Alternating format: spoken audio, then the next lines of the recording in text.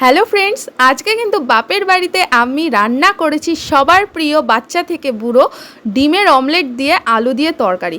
তো এই তরকারিটা রান্না করার জন্য প্রথমে কিন্তু ডিমের অমলেট ভেজে নিয়েছি পেঁয়াজ লঙ্কা লবণ দিয়ে ডিম দিয়ে।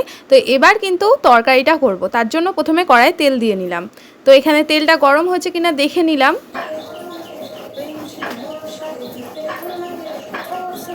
আর এখানে তেল গরম হয়েছে দেখতে দেখতে আমি কিন্তু গান করছি পুরুলিয়ার গান, তো তোমরা হয়তো শুনতেই পেলে। আর আমার হাতে কিন্তু আছে পেঁয়াজ, আমি অর্ধেক পেঁয়াজ কেটে নিয়েছি, মানে একটা বড় পেঁয়াজের হাফ। তো এটাকে আমি এবার কড়াইয়ে তেলের মধ্যে দিয়ে দিলাম।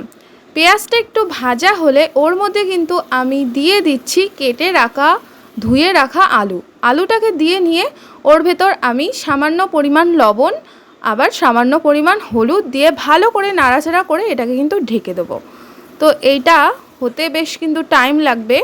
এখানে আমি সুন্দর করে ভেজে রেখেছি অমলেট। এখানে আমি এখন দিয়ে দিচ্ছি লঙ্কা ধনে আর রসুন দিয়ে বাটা পেস্টটাকে। তো জোরটাকে কমাতে গিয়ে ওভেনটাই নিভে গেল। ঠিক আছে, কোনো ব্যাপার নেই, কারণ অ্যালুমিনিয়ামের কড়াই তো অনেকক্ষণ তাপ থাকেই।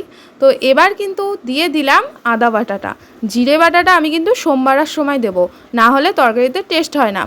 এবার সুন্দর করে মশলাটাকে ভাজা ভাজা করতে হবে।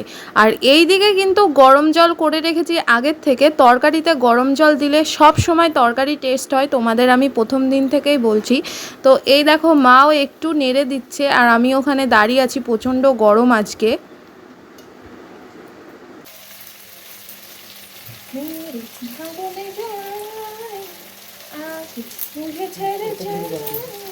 রান্না করতে করতে গান করাটা আমার কিন্তু হ্যাবিট।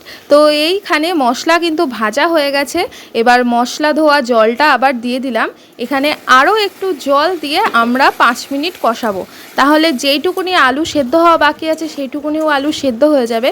তো এই দেখো আলু কিন্তু সেদ্ধও হয়ে গেছে, যে জলটা দিয়েছিলাম সেটাও কিন্তু শুকিয়ে এসেছে।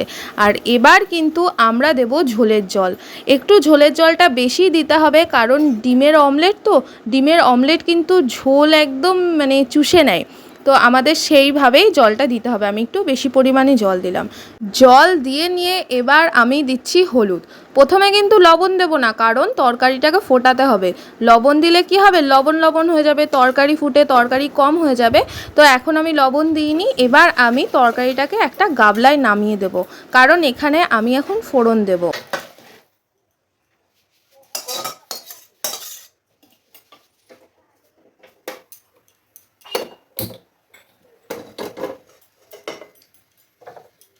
আবারও কিন্তু কড়াইটাকে ওভেনের পরে বসিয়ে দিয়েছি, কারণ এবার আমরা সোমবারা দেব। তো সোমবারা দেওয়ার জন্য এখানে আমি আবার নিয়ে নিচ্ছি সর্ষের তেল। তো সর্ষের তেল কিন্তু বেশি পরিমাণ দেব না, সামান্য পরিমাণ দেব, কয়েকটা জিনিস ভাজা ভাজা হবে। তো এখানে আমি কিন্তু ফোড়নে দিচ্ছি গোটা জিরে।